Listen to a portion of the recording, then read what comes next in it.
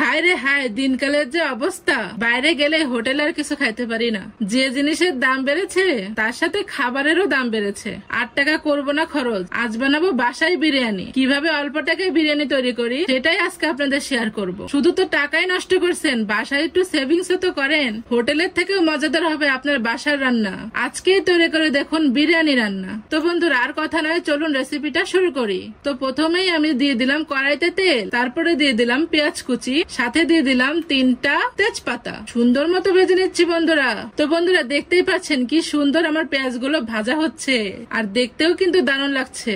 সুন্দর মতো বাদামি কালার করে ভেজে নিলাম। দিয়ে দিলাম দারচিনি ও এলাচ। দারচিনি এলাচ দেওয়ার পরে দিয়ে দিলাম মরিচের গুঁড়া, লবণ, ধনিয়া গুঁড়া। হলুদ কিন্তু দেবেন না বন্ধুরা, কারণ বিরিয়ানিতে কিন্তু হলুদ দিতে হয় না। সুন্দর মতো নাড়াচাড়া করে নিলাম। এবার তো আদা বাটা রসুন বাটা দেওয়ার পালা। তো দিয়ে দিয়েছি আদা ও রসুন বাটা, তারপরে দিয়ে দিচ্ছি সামান্য একটু পানি, যাতে মশলাটা ভালোভাবে কষে। এবার সুন্দর মতো মশলাটা কষিয়ে নিচ্ছি। দেখুন না কি সুন্দর বলক উঠেছে। তো মশলাটা কষানো শেষ। যে মুরগিটা আমি কেটে রেখে দিয়েছিলাম সেই মুরগিটা এবার দিয়ে দিলাম মশলার মধ্যে। তো এবার ভালো মতো মুরগিটা 5 মিনিট কষিয়ে নিয়েছি। তো বন্ধুরা দেখুন হালকা সিদ্ধ হয়ে গেছে। এবার দিয়ে দিব রাঁধুনি মুরগির মশলা।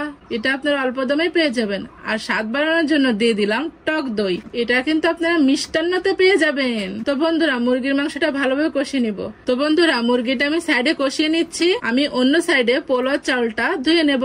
বন্ধুরা আমি কিন্তু 1 কেজি চাউল ইউজ করছি। বন্ধুরা আমি এতটুকু চাউল কিসের জন্য নিলাম জানেন? কারণ আমাদের সবাই আছে বাড়িতে। 1 কেজি চাউল লাগবে জন্য আমি 1 কেজি দিয়ে দিচ্ছি। আপনারা কমও নিতে পারেন, বেশিও নিতে পারেন, আপনাদের ফ্যামিলি অনুযায়ী নিতে পারেন। তো এবার পোলাও চাউলটা আমার ধোয়া শেষ। তো চাউলটা ধুয়ে রেখে এবার আমি মুরগির মাংসের দিকে চলে আসলাম। তো বন্ধুরা মুরগির মাংসটা কষানো হয়ে গেছে। বন্ধুরা দেখুন দেখতে কত সুন্দর লাগছে। যে জিনিস দেখতে ভালো লাগে সেই জিনিস খেতেও কিন্তু ভালো লাগে বন্ধুরা। তো সুন্দর মতো কষানোর পরে দিয়ে দিলাম আমি ধুয়ে রাখা পোলাও চাউলগুলো। বন্ধুরা পোলাও চাউল দিয়ে ভালো মতো নাড়াচাড়া করে নিতে হবে 5 মিনিট, যেন নিচে লেগে না যায়। বন্ধুরা এরকম রেসিপি কিন্তু আপনাদেরকে দেখতে হবে, না হলে কিন্তু আমরা এরকম সুন্দর সুন্দর রেসিপি দিতে পারবো না। 5 মিনিট নাড়াচাড়া করার পরে দিয়ে দিলাম বিরিয়ানি মশলা। আমি যেহেতু 1 কেজি চাউল দিয়েছি তার জন্য আমি পুরোটা বিরিয়ানি মশলা ইউজ করেছি। আপনাদের চাউল অনুযায়ী আপনারা পরিমাণ মতো বিরিয়ানি মশলাটা দিয়ে দিবেন। মশলাটা দেওয়ার পরে আবারও 5 মিনিট নেড়েচেড়ে নিয়েছি। এবার দিয়ে দিব পরিমাণ মতো পানি। 10 কাপ পানি ইউজ করছি, যেন চাউলটা ভালো মতো সিদ্ধ হয়। পানি দেওয়ার পরে সুন্দর মতো মিক্স করে নিলাম।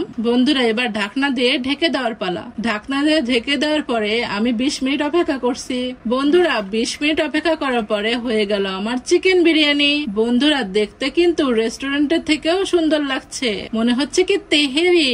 বন্ধুরা এটা দেখতে যেমন খেতেও সুস্বাদু। তো বন্ধুরা আপনারা বাসায় এটা তৈরি করে দেখুন, তারপরে বুঝবেন কত মজা। আপনাদের টাকাও বেঁচে যাবে, এমনকি আপনাদের ফ্যামিলির সবাই খেতে পারবে। তো বন্ধুরা আজকে থেকে রেস্টুরেন্টে যাওয়া লাগবে না, বাসায় তৈরি করে খান চিকেন বিরিয়ানি। তো বন্ধুরা আজকের ভিডিওটি কেমন লাগলো? তো আমাদের ভিডিওটা যদি ভালো লাগে তাহলে ফেসবুক পেজ এবং ইউটিউবে ফলো এবং সাবস্ক্রাইব করে আমাদের পাশেই থাকুন।